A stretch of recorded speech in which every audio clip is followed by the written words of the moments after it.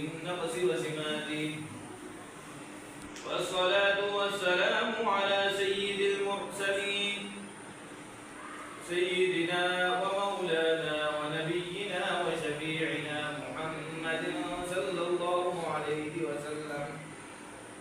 أما بعد، فأعوذ بالله من الشيطان الرجيم. بسم الله الرحمن الرحيم.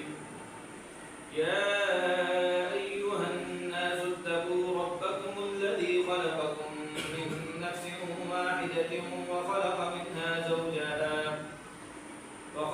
منها زوجها وبث منهما رجالا كثيرا ونساء، واتقوا الله الذي تساءلون به والأرحام، إن الله كان عليكم رقيبا.